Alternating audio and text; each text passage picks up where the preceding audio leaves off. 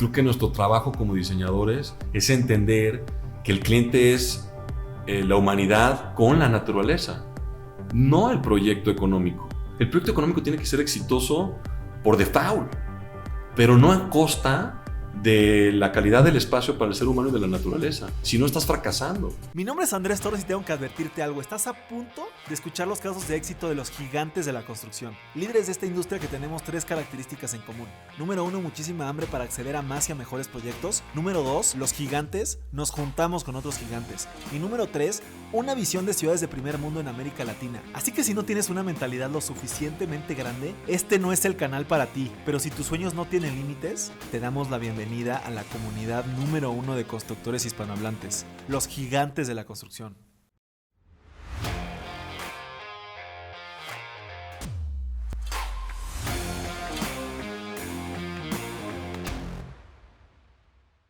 Mis gigantes, bienvenidos a un episodio más de el podcast más importante de construcción hispanohablante.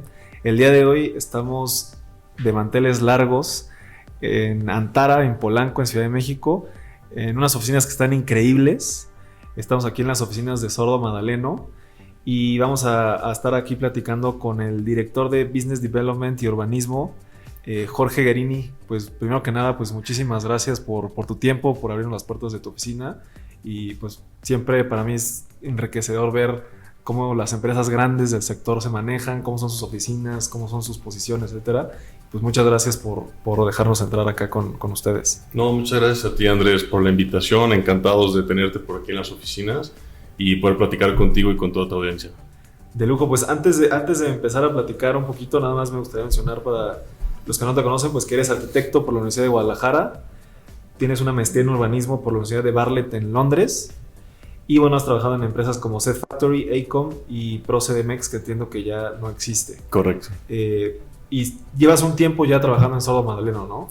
Sí, ya tengo más de 4 años aquí en la oficina, corriendo ya con varias oportunidades, afortunadamente. Fíjate que normalmente empiezo con el tema de pasado, presente y futuro, pero me gustaría empezar esta entrevista que me platicaras un poquito.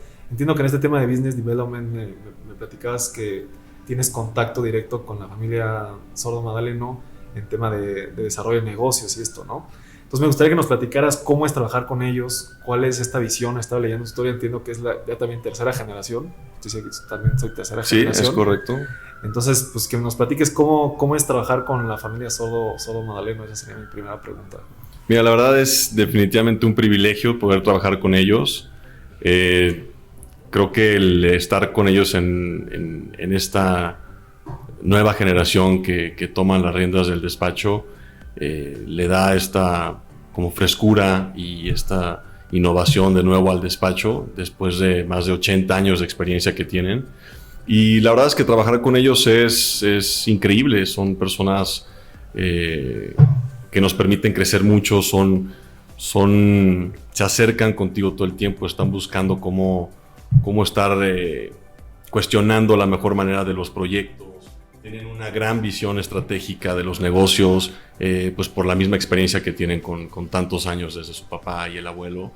Entonces, la verdad es que es súper interesante todos los días aquí. Toda la gente que viene a trabajar con nosotros, o por lo menos que me ha tocado contratar, siempre les digo que no se van a aburrir aquí, que hay muchas cosas que hacer, y el contacto con ellos es de todos los días. Pues llevan ellos completamente el taller, y no solamente el taller, sino la visión de sus mismos desarrollos de negocios, ¿no? Con la parte de la fibra de Soma y de otros proyectos que están buscando. Entonces, es muy enriquecedor, la verdad, estar trabajando con ellos. Creo que definitivamente ellos, vaya que sobra decir que son gigantes de la construcción, ¿no?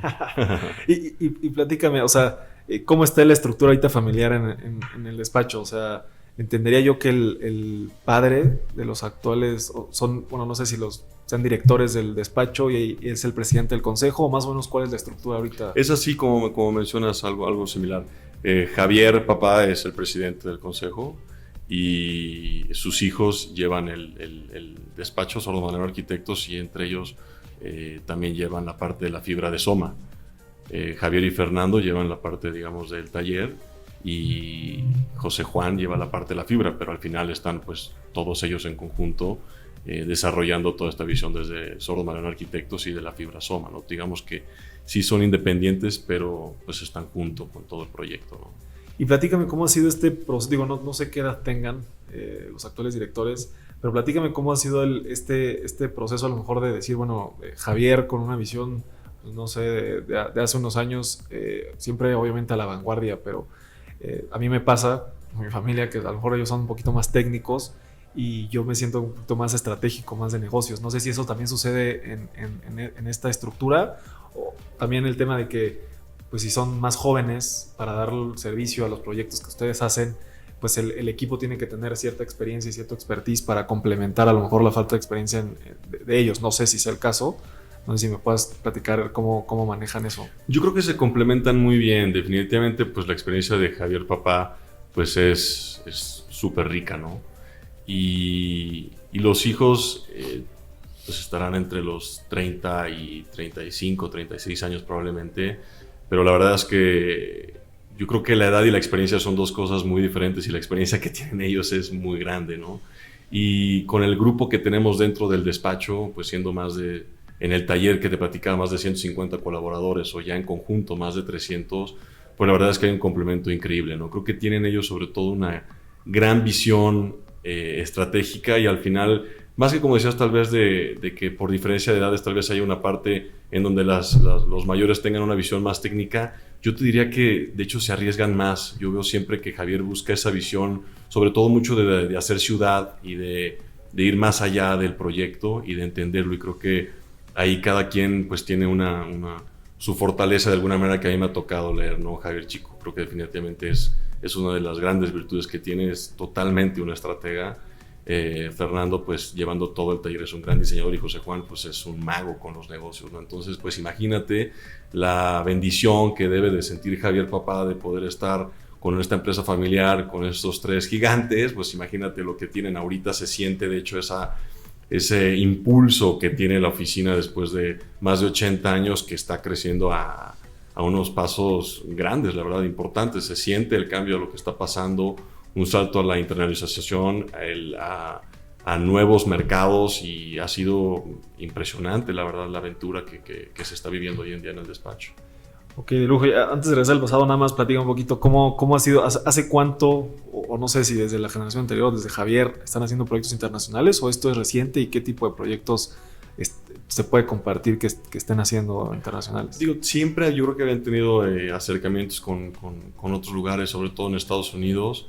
Creo que actualmente sí, también es otra época, ¿no? Creo que el mundo sí está mucho más globalizado, las cosas sí se han venido acelerando, y creo que es un poco también por la experiencia del despacho, y lo mismo ha empezado a empujar a nuevos mercados, a nuevos negocios. Y la verdad es que tenemos la gran fortuna de sí estar trabajando en muchos lados. Estamos trabajando en Sudamérica, en Colombia, en Paraguay, estamos trabajando en Estados Unidos, como te comentaba, estamos trabajando en el Caribe también, estamos trabajando en España, estamos trabajando en Medio Oriente, estamos trabajando en Asia también, en Tailandia. Entonces, la verdad es que ha sido increíble. Honestamente, para mí, cuando yo llegué de Londres y me dan la oportunidad, ahorita te platicamos de esa historia, pero ver la fuerza que tiene este despacho siendo un taller de México, con este panorama que tiene, la verdad es que es increíble. Es todo un orgullo, la verdad, ver lo que tiene y la capacidad y lo que está pasando en este taller desde México para el mundo es impresionante. No, pues qué orgullo, y qué padre poder, porque he entrevistado muchas empresas extranjeras que vienen a México, y qué padre, pues también un par de empresas mexicanas que están haciendo cosas en otros países, ¿no? Entonces, qué orgullo, mi querido Jorge.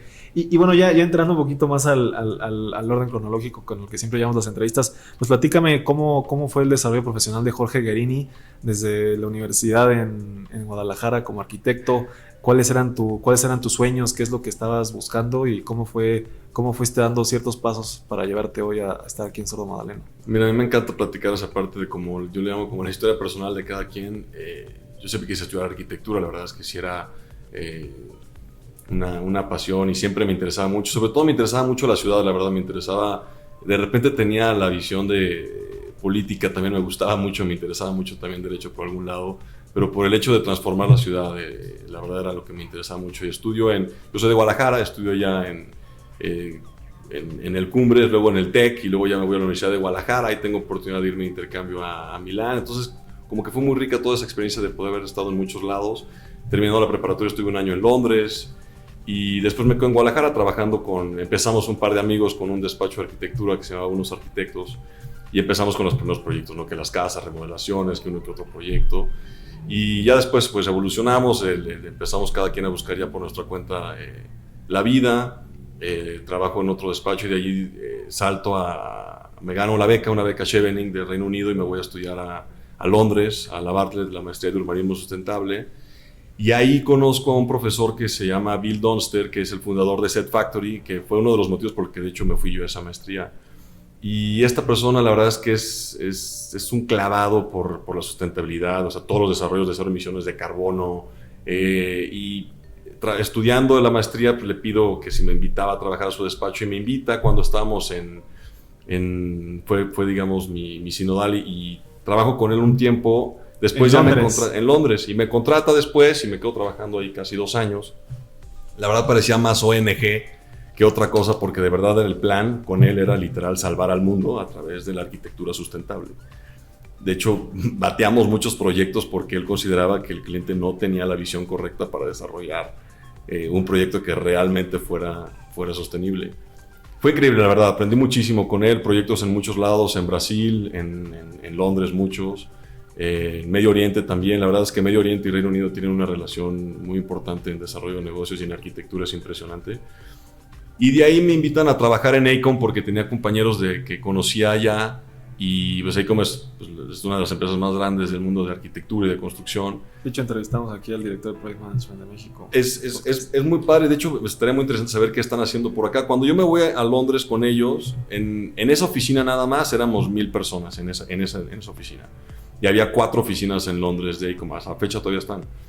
Y yo estaba en el departamento de urbanismo y economía. Se llama Urban Design and Economics.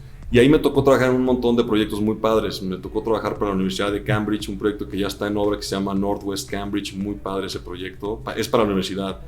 Trabajamos para la Universidad de Oxford también, porque ellos mismos tienen terrenos y tienen su planeación del campus y todo. Muy padre. Suena increíble. Estuvo muy interesante porque de hecho el proyecto nace porque, fíjate qué interesante, ese proyecto nació porque la Universidad de Cambridge estaba perdiendo competitividad contra otras universidades globales porque los maestros tenían mejores prestaciones y mejor calidad de vida en otros lugares. Entonces se dan cuenta que tienen que generar vivienda de buena calidad para sus profesores porque ya es muy caro vivir en Cambridge. Entonces arman toda esta visión, independientemente de que ya tenían que crecer por obvias razones de espacios nuevos de laboratorios, de aulas, de un montón de cosas. Pero le llamaban Key Worker Housing, que era para los profesores. Entonces hicieron todo un mundo pensando en los profesores. Tienen su propio, como un pequeño centro de ciudad. Tienen una plaza, tienen un centro comercial, un supermercado. Tienen... O sea, únicamente para profesores. Porque fíjate que yo estudié ahí en Cambridge. ¡Qué padre! En verano.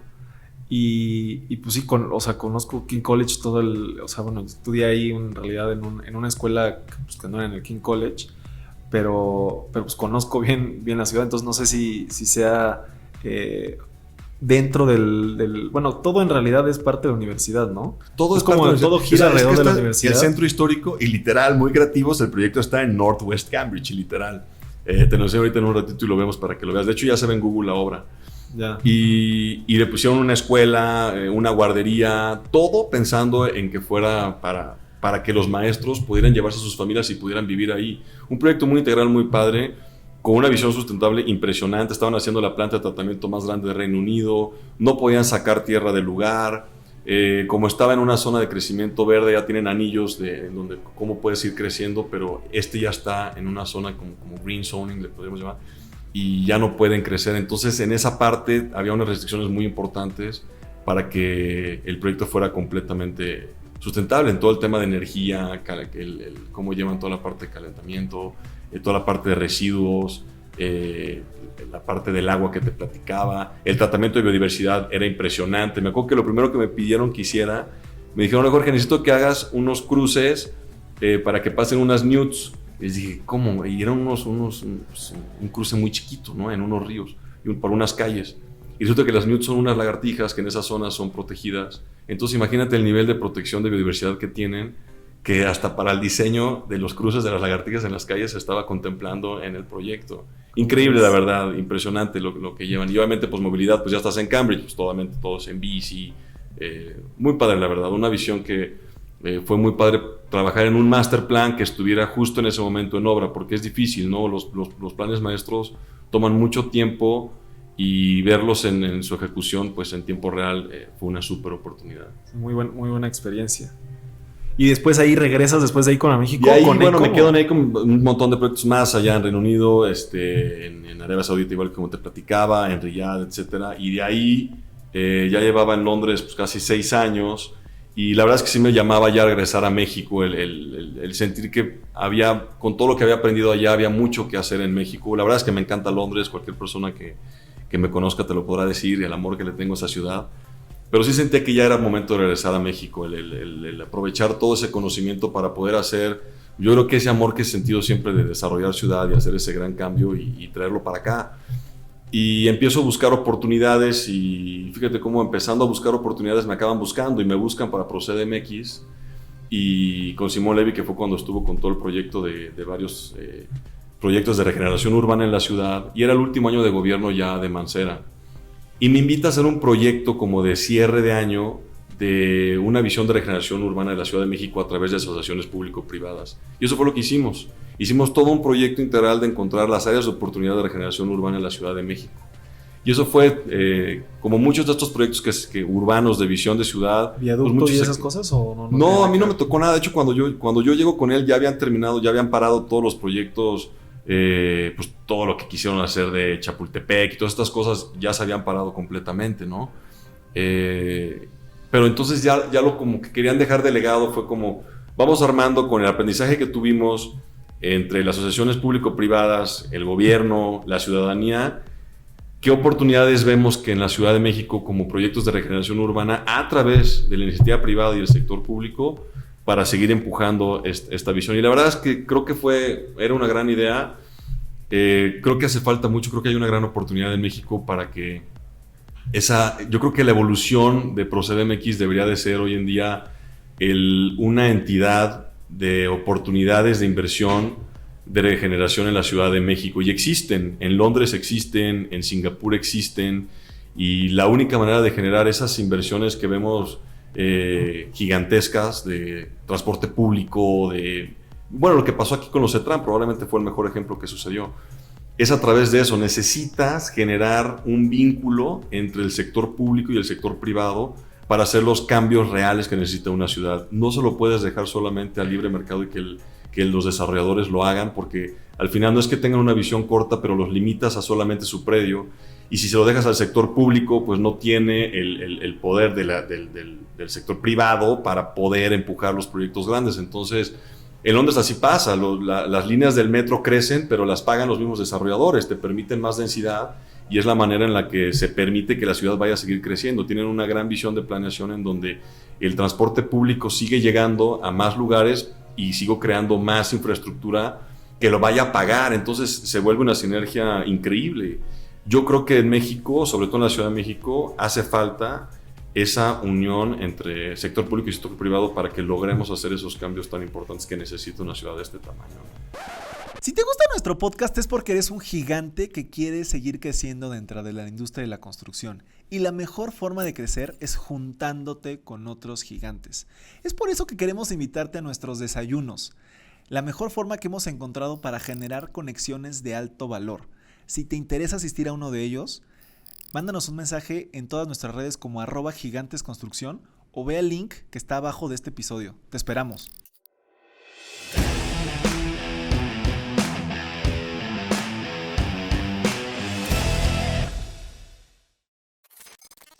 Fíjate que creo que, no sé si me equivoco, pero he escuchado muchos proyectos, a lo mejor APPs, pero no sé si son más temas federales. No sé qué tantos APPs hay en temas estatales. La verdad es que no tengo idea. Sé que, por ejemplo, un tema APP, un poquito de reconfiguración urbana, es ahí en Manacar, ¿no? Que se hizo un túnel. Yo lo visité durante la carrera. Sí. Ese sé que es una APP, no sé si era un proyecto de la ciudad o sea un proyecto estatal, me imagino que a lo mejor es de la ciudad, pero pues sí creo que sí, ese tema de cómo empujas a través del capital financiero de las empresas, pues proyectos que sean beneficiosos para todo el país, ¿no? Sí, es un tema probablemente fue por mitigación urbana de los proyectos, probablemente de todos esos conjuntos que se desarrollaron en esa zona. De hecho, aquí también tenemos como parte de mitigación urbana de los proyectos que se están haciendo en Ampliación Antara y proyectos en Polanco, en Park Hyatt. Pero la visión es cómo poder unir a todos los desarrolladores en una misma zona para que entre todos podamos hacer un proyecto con una visión muchísimo más grande. Yo creo que hace falta esa unión entre toda la red que existe de desarrolladores junto con gobierno y que exista una verdadera planeación para poder hacer esos impactos grandes, porque si la mitigación de cada quien, que dependiendo del tamaño del proyecto, pero proyectos grandes, importantes que te piden el 10%, ya sea del valor de la tierra o del proyecto, varía un poquito de toda esa historia, pero queda nada más como de su banqueta y ya, ¿me explico? Entonces falta un poco más de coordinación para que, ven, por ejemplo, ve aquí todo lo que hay en Saavedra. Saavedra se transformó impresionantemente en los últimos años. Si toda la visión que ha habido con una visión de mitigación de toda esta zona se pudiera unir a un proyecto específico, pues podríamos transformar la zona, que creo que es lo que pasa en estas grandes ciudades del mundo, y creo que hace falta ahí aprovechar el crecimiento que tiene esta ciudad para llevarlo ahí, y no solamente que se quede en la zona. De hecho, justo las mitigaciones es, una parte se queda en la zona de impacto y otra se va a zonas que estén más vulnerables o que necesiten más atención para lograr un tema de equidad social, etcétera, ¿no? Que es un tema también muy complejo. Bueno, ya me desvío, te estaba platicando de la historia que acabamos de platicar, pero porque me puedo dar vuelo y bueno. De ProCDMX llegas ya... De ProCDMX con Simón aterrizo en la Ciudad de México, trabajamos en esa visión del proyecto de regeneración urbana, que pues, es un tema, como puedes ver, súper interesante, con un gran potencial en México. Y a partir de ahí ya terminamos ese último año de gobierno. Yo ya no quería estar en temas de gobierno, yo quería seguir más en un tema de sector privado. Y ya estaba planeando todo para irme a Guadalajara, regresarme para allá, empezar mis proyectos, probablemente con la experiencia que tenía empezar a ver otras cosas. Me invitan al IMEPLAN de Guadalajara, salen otras oportunidades y ya estaba armando todo ese plan. Mi novia entonces esposa ahora ya trabaja en una galería de arte que se llama Terreno Baldío, y fíjate cómo justo se van conectando las cosas. Ella estudia también en Londres una maestría en gestión cultural y cuando regresa se va a esta galería. Y esa galería representa a un gran artista que se llama Javier Marín, que es muy cercano a Javier Papá porque le gusta mucho su obra. Y cuando le platica Olga a Eduardo, el dueño de la galería, que ya nos íbamos a ir a Guadalajara, me dice, no se vayan a Guadalajara, Jorge, ¿por qué no más oportunidad de presentar tu currículum a Javier Sordo-Madre? ¿No te importaría? ¿Te interesaría? Le digo, por supuesto. Y se lo comparto, y ese mismo día, era un viernes, me habla y me dice, oye Jorge, ya me dio su celular, háblale. Le digo, ¿a quién? A Javier. Y dije, órale, le marco, y el teléfono que habían compartido era el de Javier Chico. Y me contesta muy buena onda y me dice, sí me platicaron que traes un rollo de urbanismo, padrísimo, estuviste en Londres, te veo el lunes en la oficina. Y platico con él, justo en esta oficina en la que estamos sentados, y empezamos a platicar muy casual de mi experiencia y todo. Y me dice, oye, la verdad es que me interesaría mucho que te unieras al equipo. Tu experiencia de urbanismo nos puede sumar muchísimo ahorita con los proyectos que nos están llegando y lo que estamos haciendo. ¿Por qué no te vienes un rato al despacho y lo vemos? Y la verdad es que, pues bueno, era un no-brainer, obviamente, aceptar el tener la oportunidad de estar un tiempo en esta oficina y conocer un poco de lo que se trata. Yo dije, bueno, entro un rato, conozco y después sigo viendo cuál será mi camino. 4 años más tarde, pues mira, aquí estamos platicando y con muchas cosas. Y así es como aterrizo en Sordo-Madreno. Empiezo con ellos apoyando junto con otra persona que se llama Boris Pena, que llevaba él también varios proyectos. Pues, él era director de arquitectura y llevaba varios proyectos de urbanismo también. Entonces lo empiezo a apoyar. Después empieza a crecer mucho el área. Me dan la oportunidad de abrir el área como director de urbanismo. Empiezo a armar todo un equipo. Ahorita somos ya más de 10 personas que llevamos el área de urbanismo. Y en enero, que te platicaba, me invitan a que les ayude también con el área de desarrollo de negocios.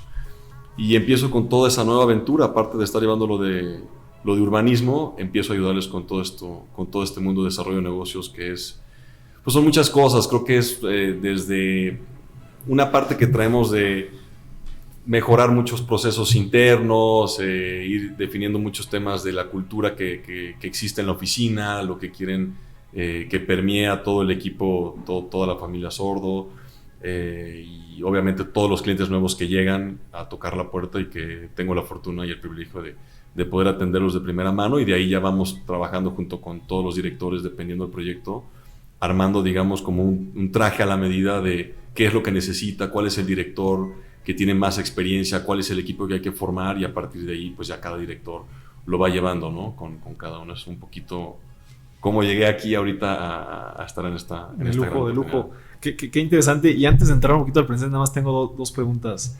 Creo que has cumplido dos, como por así llamarlo, sueños, no sé cómo decirle, en general de un arquitecto, ¿no? Es decir, me voy a Londres, me voy al extranjero a ver proyectos en Cambridge, a ver proyectos en otros países. Y también has cumplido el sueño de salir de arquitectura y terminar en un despacho como es un despacho tan grande como este, ¿no? Entonces, platícame qué consejo le darías a un arquitecto para tema de ir a otros países a trabajar en Europa o en este caso en Londres, y qué consejo le darías para tener oportunidades en este tipo de despachos.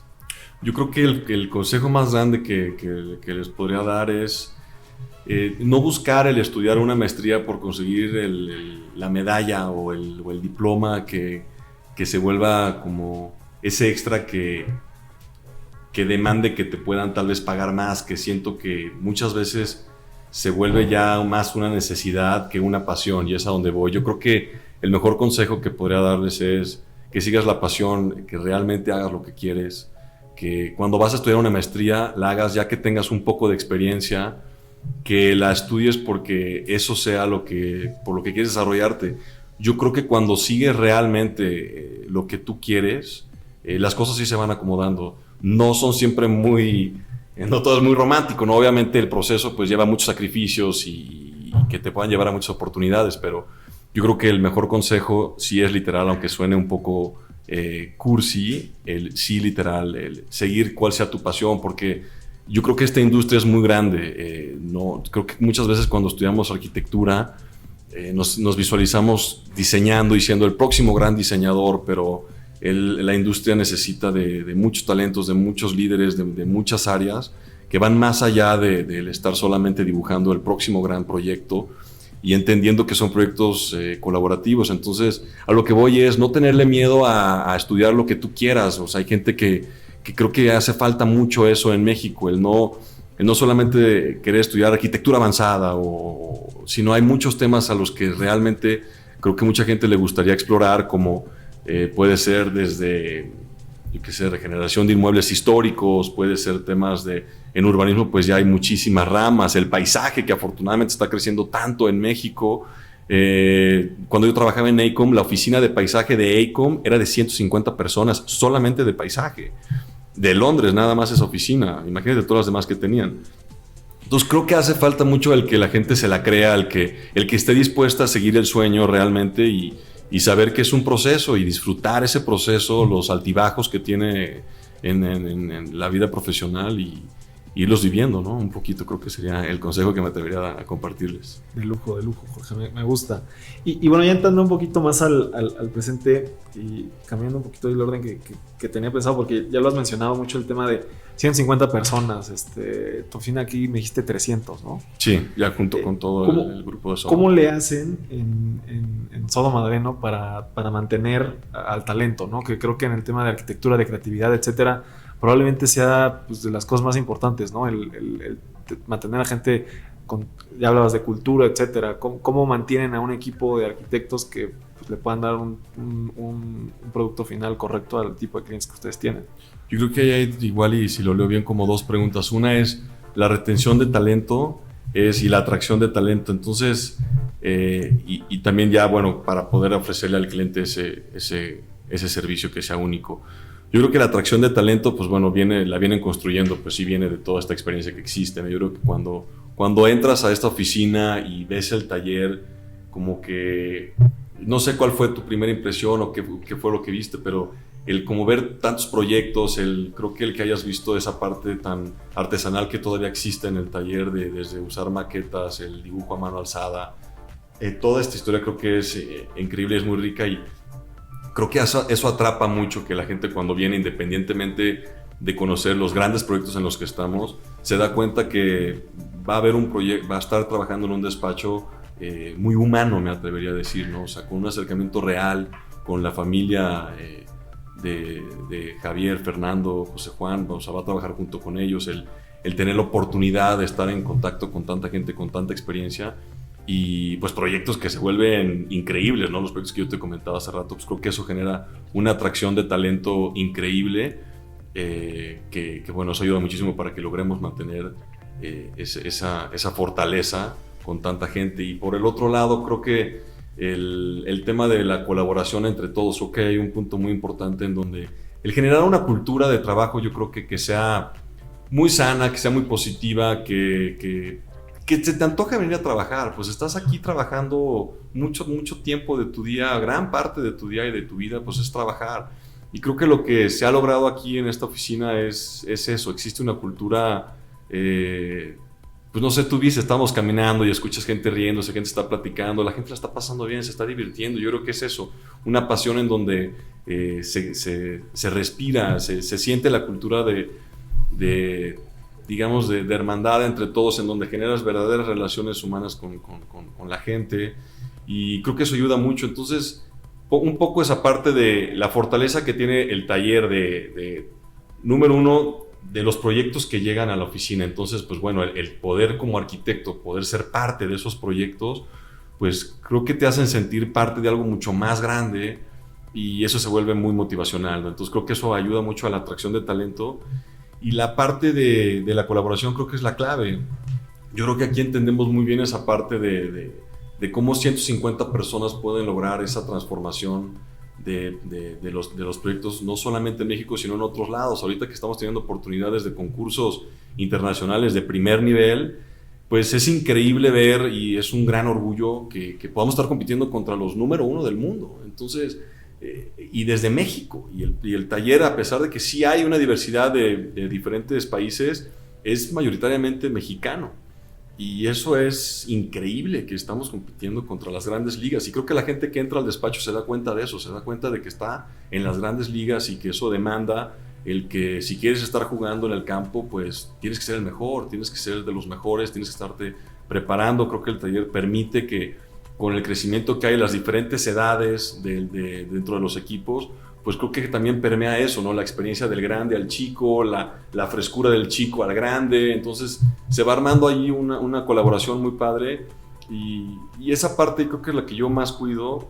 Me encanta del libro de Sapiens, no sé si lo has leído, el de Yuval Harari, sí. Y lo más padre de ese libro, creo, bueno, hay un montón de cosas, pero es la parte de la colaboración. Él habla justo que lo más importante, o la habilidad más grande que tiene el ser humano, es la colaboración. Lo que nos ha llevado a dominar el mundo es que tenemos una gran capacidad de colaborar en grandes cantidades. Entonces, por eso podemos tener la civilización, sociedades, por eso podemos crear.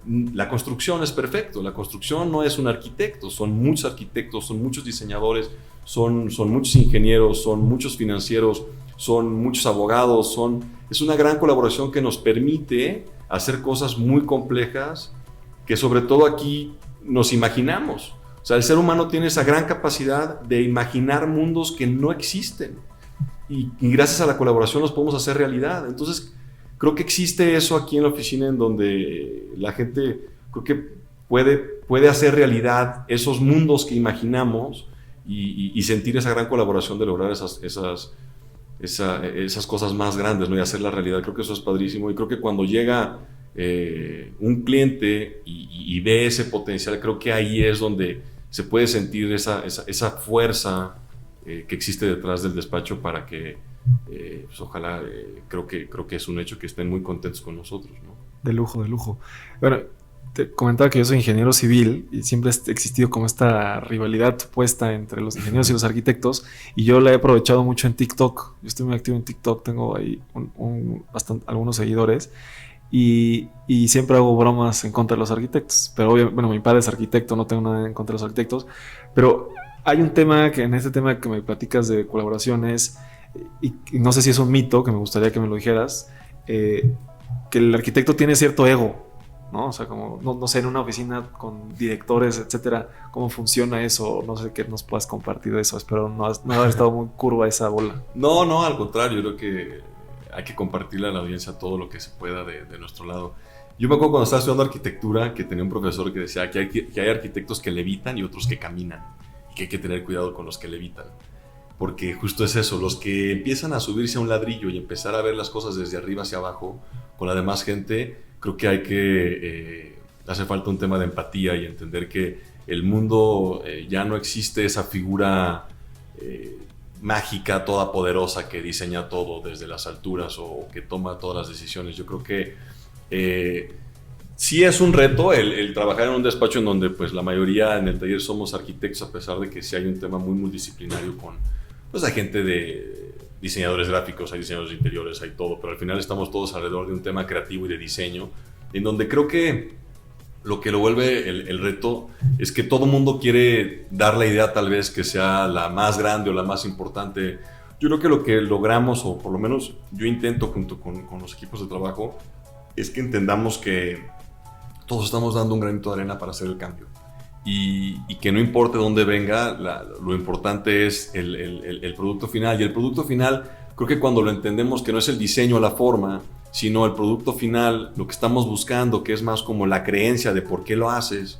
Y si la creencia es que lo que estamos haciendo es para mejorar o enaltecer la experiencia humana, entonces cambia y el ego ya no es yo quiero que digan que ese proyecto es mío, sino que ese proyecto nació en este taller porque queríamos hacer algo más grande para la humanidad, ¿no? Entonces creo que ese es un poco el reto y la clave como de cómo irlo llevando, me atrevería a decir, ¿no? ¿Quieres ser parte de los gigantes y participar en un episodio del podcast? Te invito a unirte al Club de Gigantes, la red de negocios más innovadora de la industria de la construcción, donde tendremos sesiones privadas con líderes de la industria y buscaremos asociarnos entre los miembros de la comunidad para acceder a más y a mejores proyectos. Te dejo la información completa en la descripción de este episodio o ve a nuestro perfil de Instagram y encuentra más información por allá. Me gusta ese tema de lo que contabas del granito de arena. Luego el tema del detalle o los detalles en la arquitectura ya que estás construyendo son lo que más valoras, ¿no? Independientemente de sí la fachada, pero el detalle para la hora de construir, luego a veces es lo que más valoras de un arquitecto a la hora de estar ejecutando, ¿no? 100%. Y bueno, otra pregunta que quería hacerte, Jorge, con ese tema que nos platicabas un poquito de CS Factory, y que también lo vi, te decía en LinkedIn, que fue ahí donde conectamos. ¿Cómo le hacen ustedes para crear estos proyectos, megaproyectos y que son sobresalientes y todo, y que aparte tengan una parte sustentable, ¿no? Que está como, por así decirlo, de moda y que está en tendencia, y cómo hacerlo de manera colaborativa este megaproyecto, pero que estés respetando a la naturaleza, ¿no? Yo creo que ahí tocas un montón de puntos súper interesantes. Por ejemplo, el que digas que como que está de moda, ¿no? La sustentabilidad ahorita, y creo que es triste ver cómo se vuelven de repente tendencias, algunas como modas, el querer decir sí, ya es sustentable, y entender que es sustentable. Nos podríamos clavar horas realmente en entender qué hace realmente un proyecto sustentable, y ahorita vamos a platicar, pero a través de la historia creo que ha habido muchos momentos en donde, por ejemplo, en urbanismo hubo un momento muy padre en Reino Unido que eran ciudades jardín. Y de hecho de ahí nacen muchos proyectos también en México, ¿no? Que vienen con esa visión.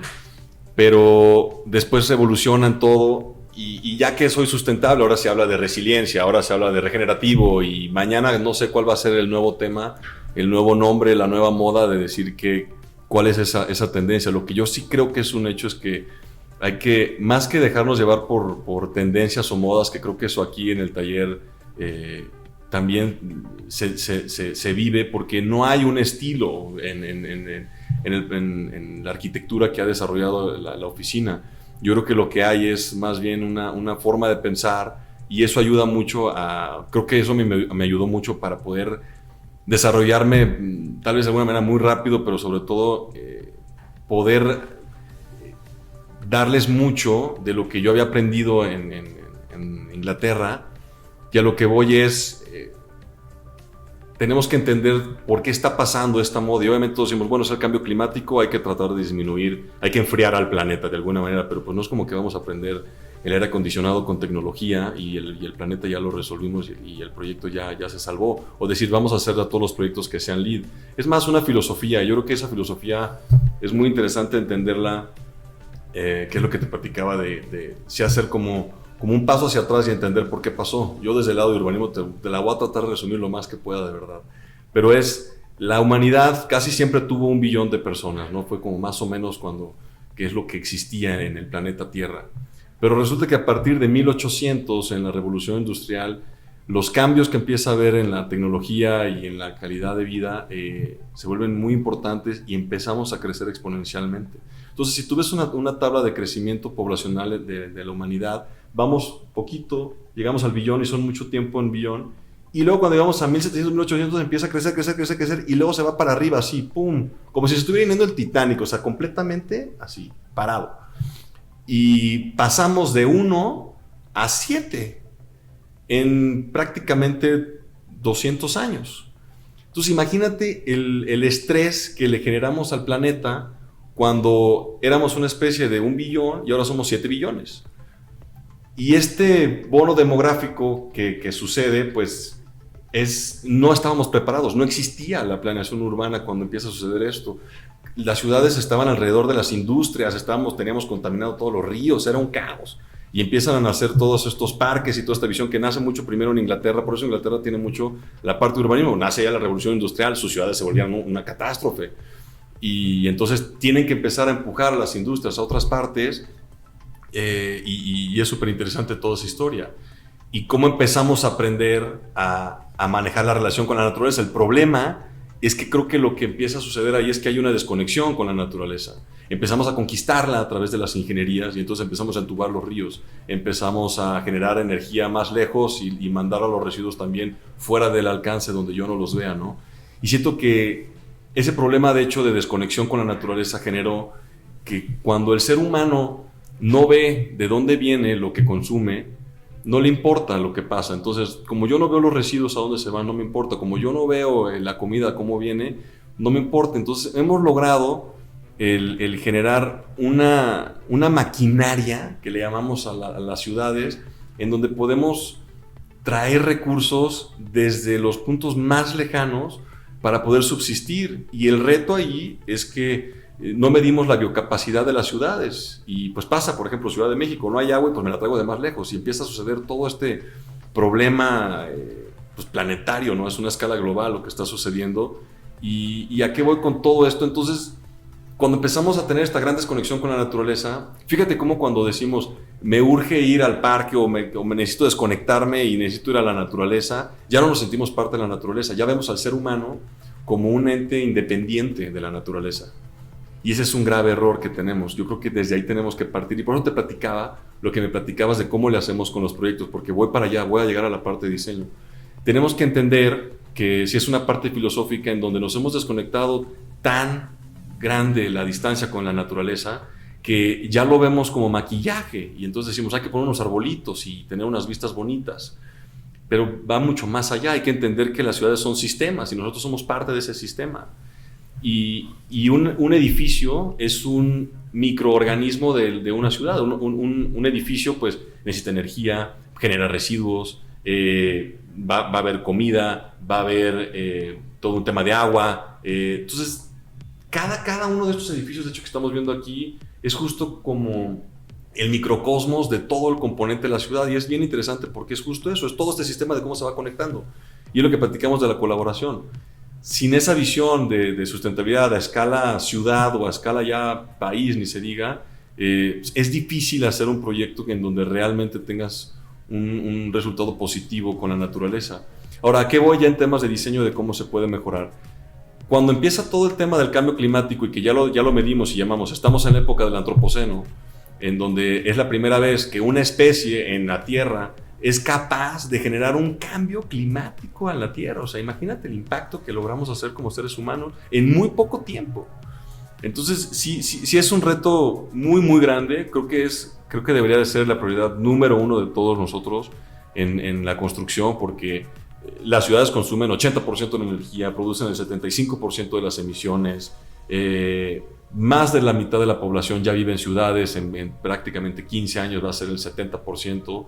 Y cada vez somos gente más de ciudad y hay un reto ahí muy cañón. Ya, las ciudades abarcan solamente el 3% del planeta. podrías meter a todas las ciudades en India y todos podríamos estar ahí.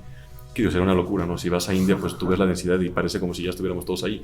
Pero a lo que voy es, con estos retos tan grandes, se vuelve abrumador y dices, bueno, pues ¿qué hago? Se acabó, ¿no? Ya estamos destinados al fracaso y es el fin. Pero afortunadamente no es el fin. Ha habido muchos retos en la humanidad y la humanidad ha salido adelante. Sí que viene grande, muy grande. Creo que no alcanzamos a dimensionarlo muchas veces. Lo empezamos a vivir ya cada vez más, ¿no? La escasez del agua, el tema alimenticio. Bueno, el COVID pues fue parte de esto. Nuestra clara desconexión con la naturaleza y la producción de comida que manejamos, pues ve lo que provocó un virus que casi nos mata. Y es justo eso, desde la relación con la naturaleza, con la comida y cómo nos alimentamos, que es probablemente el problema más grande que tenemos en temas de sustentabilidad, pero eso es otra historia. ¿Cómo lo podemos abordar? Ahora me meto en el tema de diseño. ¿Cómo lo abordamos nosotros de la oficina? Número uno es toda esta filosofía de entender que el problema es mucho más grande y que nosotros tenemos que conectarnos con la naturaleza. Qué chistoso que hoy en día es la época del ser humano en donde más conectados estamos entre nosotros y más desconectados estamos del medio ambiente. Es impresionante. Nunca antes habíamos estado tan conectados ni tan desconectados del medio ambiente. Y creo que ahí está la gran oportunidad en donde si fusionamos esos dos momentos, podríamos llegar a generar como un despertar de conciencia para que cambiemos estas formas de construcción. ¿Cómo se van? Una más romántica es biofilia, ¿no? Este amor a la naturaleza y el diseño biofílico, que es un poco lo de biomimicry, que es el inspirarnos a través de la naturaleza y recrear esos sistemas en nuestros diseños, aprender de ellos. Que de alguna manera, pues eso es lo que hacemos. El segundo, que es en el que yo me baso más para urbanismo, es cambiar de un diseño degenerativo a un diseño regenerativo. Y suena muy fácil, pero la verdad es que se puede volver la moda. No, ya los proyectos ya no son sustentables, ahora son regenerativos. No, te voy a decir por qué tienen que ser regenerativos. Porque ya sustentables ya no es suficiente. Si yo hago los proyectos sustentables, no alcanzo a hacer el cambio para que las cosas se puedan sanar. Ahora tengo que hacerlos regenerativos para que cambien. ¿Y qué quiere decir regenerativo? Te voy a dar el ejemplo de un proyecto que estamos haciendo en el norte del país, en Cuatro Ciénegas, en donde hay un proyecto muy padre en donde nace de poder rescatar las pozas de esa zona. En Cuatro Ciénegas ha habido una gran pérdida de agua por un tema de producción de comida, y esta visión es generar unos nuevos reservorios de agua para a partir de ahí regenerar todo el hábitat, que vuelva a regresar la biodiversidad, que vuelva a crecer a los niveles que existían antes de que empezáramos a llevar este estrés hídrico a la zona. Y a partir de ahí, cómo este reservorio de agua se vuelve de hecho una infraestructura social para el ejido, y a partir de ahí aprovechamos el agua tratada después para poder generar áreas verdes y una visión de energía limpia con paneles solares, eólica, y empiezas a generar con todos los elementos una economía circular para realmente poder hacer un proyecto regenerativo que sí se puede hacer en todos los lugares. Yo creo que nuestra visión es, o te podría decir por lo menos de mi lado, es hacer ciudades para la naturaleza, en donde nos sentamos involucrados para la naturaleza, no hacer proyectos y después invitar a la naturaleza, sino cómo diseño primero para que la naturaleza realmente sea parte del proyecto, en donde puedas involucrarla para las especies que viven ahí, qué vegetación puedo utilizar para incrementar la biodiversidad de la zona. Y es un poco eso, como me atreveré a decirte un poquito del pasado, qué está pasando, la filosofía del taller y cómo ya en diferentes estrategias de diseño, cómo lo abordamos. Me fui largo, ¿verdad? Estuvo increíble. Y creo que está bastante interesante todo lo que platicaste desde la gráfica poblacional, etcétera.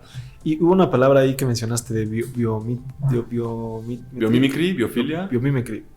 Te comentaba hace rato que tomé una masterclass de Frank Gehry y él igual platicaba que utilizaba mucho, o sea, lo que, según, si no me recuerdo, utilizaba mucho el pescado como forma para algunos de sus proyectos. No me acuerdo exactamente por qué era un pescado. Pero ese tema como de replicar ese tipo de cosas de la naturaleza en los proyectos de construcción, ¿eso es el concepto de biomimicry? Es eso, justo. Y de hecho aplica ya hasta desarrollo de tecnologías muy interesantes. Por ejemplo, el captar agua a través de... Hay un insecto en el desierto que capta el agua solamente de la neblina, de la humedad. Entonces con eso capta el agua y con eso puede sobrevivir. Y eso lo han evolucionado para en otros materiales en zonas que no hay, que hay mucha humedad, pero no tienes acceso a otras formas de tener agua, y cómo puedes absorber a través de la humedad, y nace de la inspiración de este insecto. Entonces es como, de hecho hay una página, si no me equivoco, que ha hablado mucho de todo esto. Creo que hay un arquitecto que se llama Michael Pollan, si no me equivoco, si no ahorita te digo, y tiene unos libros muy padres y se clava mucho en toda esa historia. Ya más avanzados, Nettie Oxman, que tiene un documental en Abstract buenísimo, si no lo han visto, véanlo. Ya habla de desarrollo de tecnología con materiales mucho más avanzados, pero va de la mano de esta historia.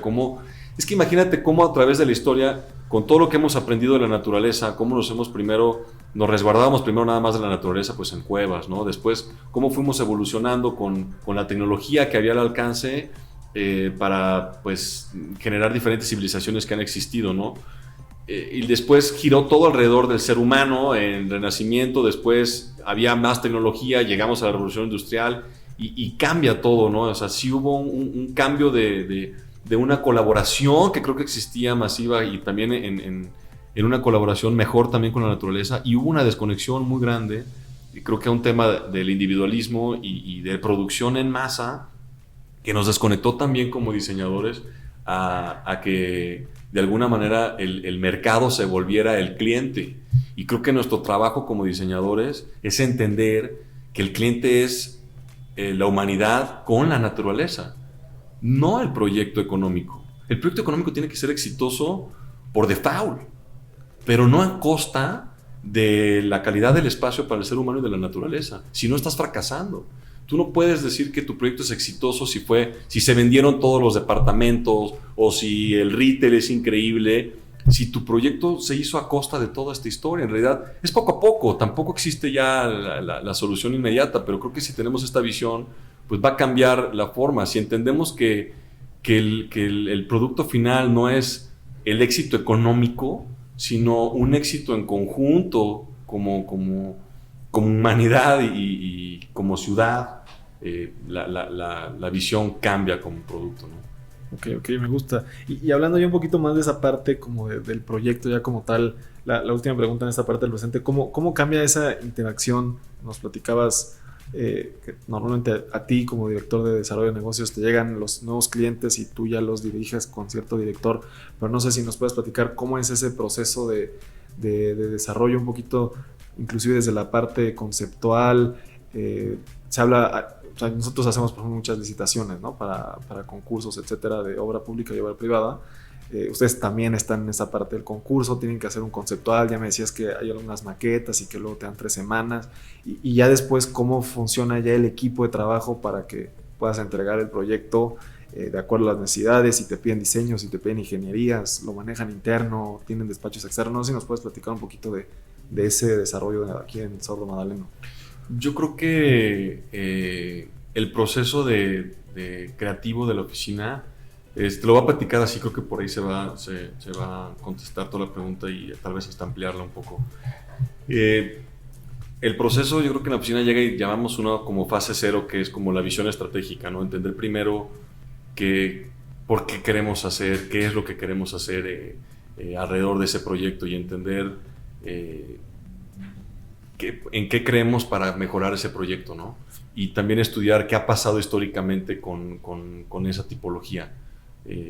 Por ejemplo, si fuera un hotel, y entonces pensar primero como una fase 0, el entender bien cuál es el programa que va a ser necesario, cuál es el equipo que necesitamos formar, tener a las personas con la mayor experiencia y las más capaces dentro de esas etapas iniciales, y definir qué es lo que queremos hacer y por qué. Y empezamos como a investigar y a cuestionarnos qué ha pasado, cómo ha evolucionado el mundo del hospitality, el producto hacia qué va, porque pues dentro del hospitality pues hay muchos mercados, ¿no? Hay muchos productos, y entendiendo desde ahí, desde ese pasado histórico, como en dónde estamos y hacia dónde queremos ir, y empezar a cuestionarnos cómo podemos llegar a esa parte de innovación para que realmente hagamos un proceso creativo y podamos lograr un producto que una vez más, de ese imaginario colectivo, lo podamos hacer realidad. Y creo que es un poco esa parte del proceso, pensando como en preguntas del diseño, ¿no? Es un poco entre una lluvia de ideas de primero entre todos y empezar a hacer estas ideas de concepto de dónde nace la inspiración, de dónde nos empezamos a abrazar y luego a partir de ahí cómo empezamos a desarrollar un concepto, empiezas a desarrollar un poco qué componentes va a tener el proyecto. A partir de ahí creo que pues vas armando diferentes como el carácter que va teniendo y cómo se va armando. La verdad es que es muy bonito porque esa parte es muy abstracta, ¿no? Y creo que cada quien tiene una forma de llegar al diseño de una manera distinta y es difícil y creo que es bonito no ponerle una fórmula porque si llegara a haber una fórmula pues deja de ser probablemente creativo, ¿no? Porque sí tiene que tener una parte en donde la mezcla de la experiencia de todos los que estamos en la oportunidad de estar trabajando en ese proyecto, porque se conjugan muchos elementos, ¿no? O sea, son demasiadas capas las que estás diseñando en ese primer momento. O sea, tienes que entender desde la parte del contexto, entendiendo qué te permiten hacer, qué podrías estirar un poco más de lo que te permiten hacer, cómo te vas a mover en ese espacio, el tema del costo, que es importantísimo del inicio al fin, ¿no? Cómo vas a involucrar que la visión que estás teniendo de ese proyecto vaya a poder realmente aterrizarse a un costo real, porque pues, es muy bonito dibujar y hacer ideas, ¿no? Pero al final estamos en el mundo de la construcción, o sea, al final estamos en el mundo de crear espacios y la única manera de crearlos es construyéndolos. La idea es increíble, pero cómo la fuerza de esa idea te va a llevar realmente a construirlo. Digo, no sé si te la estoy contestando, si me fui ya por otro lado más filosófico. No. Creo que sí entiendo y no sé, ahí en ese tema tendría que estar esta fase 0, pues ya es como un conceptual, imagino que como la parte de concurso y después ya que tienes el proyecto, delegas a un equipo, a un director, que no sé cuántos directores tengan ahorita acá, y ese equipo, cómo lo divides también entre otros proyectos a lo mejor que tengan, ¿no? Entiendo que, por ejemplo, en urbanismo tengo 10 personas, si tienes 2 o 3 proyectos de urbanismo, ¿divides al equipo o todos están en los 3 o más o menos ese tipo de cosas? No sé, me gustaría nada más como... Ya te entiendo, así más pragmático de qué pasa como en el día a día. Bueno, cuando llega un proyecto nuevo, sí, dependiendo qué nos está buscando, le platicamos un poco como de nuestra experiencia de ese proyecto, platicamos con él un poco de qué se trata, involucramos mucho al cliente, la verdad, en el proyecto, porque al final es parte fundamental del proyecto. Un buen proyecto es un buen cliente y un buen arquitecto, ¿no? O sea, es una fusión entre los dos. A partir de ahí sí se define ya con qué director se va a armar un equipo. Muchas veces no solamente es un solo director, muchas veces es más de un director en el proyecto, o está el director de arquitectura y de interiores, muchas veces está yo estoy con urbanismo, está otro director o varios directores de arquitectura dentro del mismo proyecto del master plan, y todavía dentro de los de arquitectura están los de interiores. Y se va armando un equipo multidisciplinario donde empezamos a colaborar entre todos y ahí empezaba toda esa etapa que te platicaba. Ya como proceso de lo demás, pues son los procesos que utilizamos todos ya más estandarizados del conceptual, luego la parte esquemático, la parte de desarrollo y diseño y luego la parte de planos constructivos, ¿no? Es un poquito ya como se vuelve natural. Pero creo que esa parte de la fase 0 es la más rica porque es donde en realidad defines la ruta del proyecto y es la semilla que va a lograr que todo lo demás vaya a lograr que vaya a generar algo, que vaya a crecer algo importante, ¿no? Me encanta, Jorge. Y bueno, la última pregunta en el tema de futuro. ¿Qué estrategias y qué procesos estás desarrollando en tu área de desarrollo de negocios pues para seguir creciendo, ¿no? Entendería el tema de internacionalización. Están pensando, no sé, a lo mejor hasta en oficinas, no sé si ya tengan oficinas en otros países o en otros lados, o esta es la oficina, la principal que tienen ahorita, o cómo piensan dar este crecimiento que imagino que tienen muchas expectativas. Sí vienen un par de retos importantes en proyectos fuera de México. Ahorita son confidenciales, pero sí estamos ya en procesos, yo creo que muy cercanos de poder empezar a abrir oficinas en otras partes del mundo. Ya te lo podré platicar en un futuro cercano, pero sí estamos ya en ese proceso como parte de la estrategia de estar presentes en otras partes.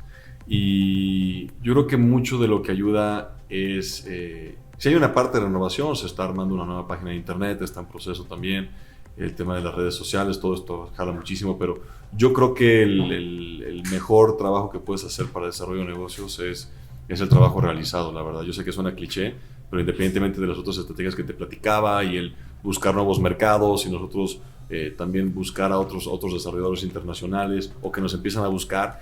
También se va dando esa colaboración justo por proyectos que ya hemos realizado. Muchos clientes internacionales que han llegado, han sido gracias a proyectos que hemos construido y, por ejemplo, en hoteles que se han quedado, y a partir de la experiencia que tuvieron en el hotel, nos buscan quién fue el director, el arquitecto de ese proyecto, y tocan la puerta para decir, oye, me quedé en tal proyecto de ustedes y me encantó y me gustaría que fueran parte de mi proyecto. Y entonces yo creo que el trabajo construido es probablemente tu mejor trabajo de desarrollo de negocios. Y por otro lado, pues los mismos clientes, ¿no?, que te acaban recomendando con más gente. Para nosotros es prioridad número uno el cliente, y un servicio al cliente que es excepcional. Por más que seamos un despacho muy grande, sí le damos la misma importancia a un proyecto, ya sea grande o chico, y una atención muy personalizada a cada cliente. Creo que en realidad el ser un despacho grande nos da esa fortaleza, y eso creo que va generando que vayan hablando bien de tu trabajo y te vayan invitando a otras oportunidades, y poco a poco más. Creo que sí vendrán esos grandes retos de las nuevas oficinas, de los proyectos internacionales que estarán en proceso, y de ahí ojalá estemos hablando de otros mundos que estaremos diseñando y generando, ¿no? No, pues esperemos que sí, Sordo Madaleno, con empresa mexicana de arquitectura, pues tenga mucho éxito en el extranjero, mi querido Jorge. Y antes de pasar una pregunta bonus con la que tenemos todos los episodios, me gustaría que no sé si quisieras dejar algún medio de contacto para las personas que a lo mejor les interesó lo que platicamos, no sé, correo, algo que... Yo creo que van a encontrar ese LinkedIn. La verdad es que ahí estoy, van a encontrar como Jorge Yerini, y ahí van a encontrar todo mi perfil y todo, y encantado ahí de platicar con todos. La verdad es que Instagram y Twitter lo tengo. Twitter sí está un poco más relacionado con la parte del urbanismo, pero no lo tengo tan activo. Y en Instagram la verdad es que no lo tengo lo tengo más el personal que la historia. Ya creo que debería haber ya uno más público. Estaría padre para poder ir platicando todas estas experiencias de los proyectos nuevos y todo, estaría padrísimo. Pero por ese medio, y pues me gustaría invitar a todos los gigantes con los que has hablado y que tienes contacto de tu red, a que logremos armar esa colaboración para hacer una ciudad que merecemos, porque todos nos imaginamos una ciudad mucho más padre, en donde siempre te vas a quejar. A mí me impactaba en Londres que se quejaban de la ciudad, me decía, bueno, pues como que te hace falta ir a otros lados, ¿no? Pero entiendo, siempre porque yo creo que siempre hay espacio para mejorar, ¿no? Pero ahí hay una frase muy padre de un sociólogo que se llama Robert Park, que él habla que el mejor logro de la humanidad fue el hacer una ciudad, el llegar a esta cúspide de la civilización de alguna manera. Pero al haber creado la ciudad, el ser humano también se ha recreado a sí mismo, y estamos condenados a vivir en la ciudad que nos hemos creado. Y pues es impresionante cómo el ser humano, siendo, y me atrevo a decir supuestamente, la especie más capaz de la Tierra, haya creado entornos que honestamente muchas veces no son los mejores hábitats para el ser humano. Vemos la naturaleza, los hábitats que crea, y son impecables, o sea, son perfectos. Y nosotros, con todo el conocimiento que tenemos de poder manipular y de controlar el entorno a nuestro favor, pues creo que todavía no llegamos a ese punto. Creo que es parte del proceso del ser humano, pero más que nada esta reflexión es como para invitarnos a todos a hacer una colaboración de poder crear las ciudades que creo que merecemos y que queremos todos. No, sí, te voy a pedir permiso para entrar allá en el chat de gigantes con todos los que hemos entrevistado. Padrísimo. Entonces, para que puedas ahí ver qué se puede hacer en esta red de negocios que estamos formando. Y bueno, fíjate, justamente la pregunta vamos anteriormente que decía, tenemos proyectos ambiciosos en Gigantes de la Construcción, pero me he dado cuenta que esos proyectos están a largo plazo, ¿no? Tenemos una ciudad sustentable, 100% inteligente. Y más que nada, pues ahorita yo lo que veo es que la gente que nos escuche, ya sea una persona que esté en crecimiento, que nos platicamos un poquito de los consejos, pero la pregunta con la que ahora estoy terminando los episodios tiene como un énfasis más a qué le recomiendas o decías que el cliente es lo más importante para ti, ¿no? O sea, ¿cuáles serían los consejos para una persona que está buscando un proyecto de arquitectura a nivel de Solo Magdaleno? ¿Qué consejos le darías tres consejos que le darías a una persona que está buscando estos proyectos o algún proyecto para que tenga una visión y entienda qué es lo que tiene que buscar en un despacho como ustedes? Yo creo que no sé si puede llegar a los tres, igual llego a más, pero me atrevo a pensar que número uno, hay que, sí, la prioridad obviamente el cliente, pero como te lo decía, que tenga una filosofía detrás importante de por qué hace lo que hace, ¿no? Creo que es muy importante que tenga muy definida la cultura de por qué hacerlo, no porque tal vez tengas una experiencia muy amplia en alguna tipología, no necesariamente tal vez eres el mejor arquitecto para ese siguiente proyecto.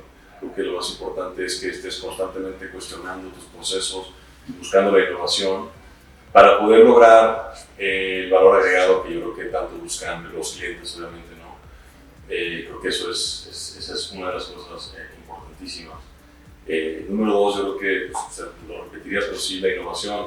Creo que es clave, como teniendo la oportunidad de estar diseñando, que estemos buscando la innovación y que busquen gente, equipos, que sí estén cuestionando qué es lo que sigue para que de verdad logren un proyecto. Porque siento que muchas veces los clientes llegan y, número uno, pues tienen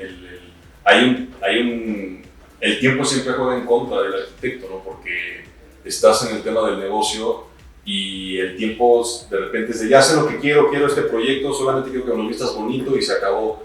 Tienes que darle la vuelta como arquitecto, como diseñador a esa historia en donde cómo le encuentras ese valor agregado, cómo puedes cumplir con sus tiempos, cómo puedes hacer ese proyecto que, como platicamos, sí sea exitoso económicamente. Yo creo que eso es como el faro, pero que sí vaya a agregar un plus, la verdad, no solamente de hecho para el cliente y para el proyecto económico, sino también hasta para la sociedad y la gente que lo va a habitar.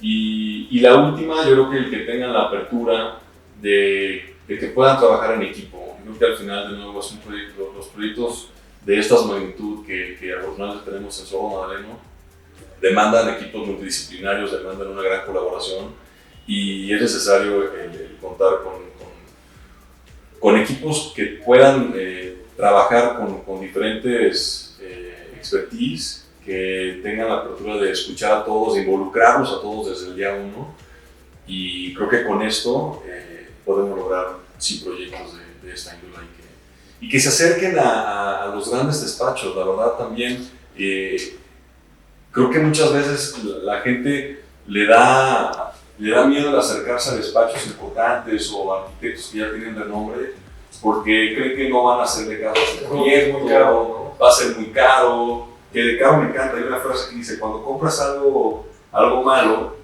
y barato, el mejor sentimiento que vas a tener es cuando lo abres y cuando lo compras, ¿no? Ese, digamos, como si fuera ese regalo.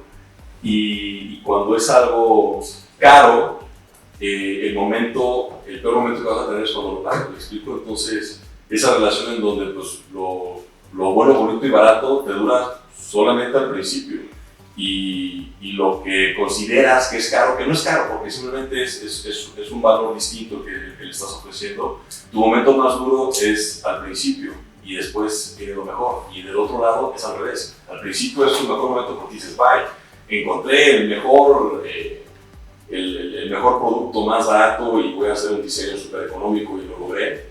Y ese va a ser el único momento donde te vas a sentir bien, te vas a encontrar con que en realidad, literal, lo barato sale caro. De los proyectos complejos, lo que ayuda a un despacho como la Fortaleza, como este, es justo el que te van a llevar de la mano para que te vas a encontrar, tú lo vienes a la construcción, ese valor agregado pues viene desde el día uno. Si te quieres ahorrar las cosas ya que estás construyendo, pues llegas tarde a la historia, ¿no? Es donde no debemos, creo que es un tema cultural también, que eso es otra plática a futuro. La cultura en la industria de la construcción, pues todavía nos falta mucho, ¿no? Buscamos siempre tratar, una vez más, el mercado manda y el mercado hay que saber cómo trabajarlo para poder darle la vuelta a las cosas, ¿no?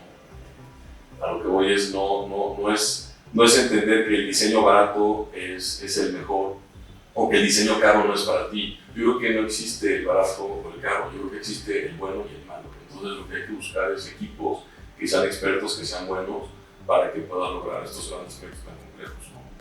Me encanta, mi querido Jorge.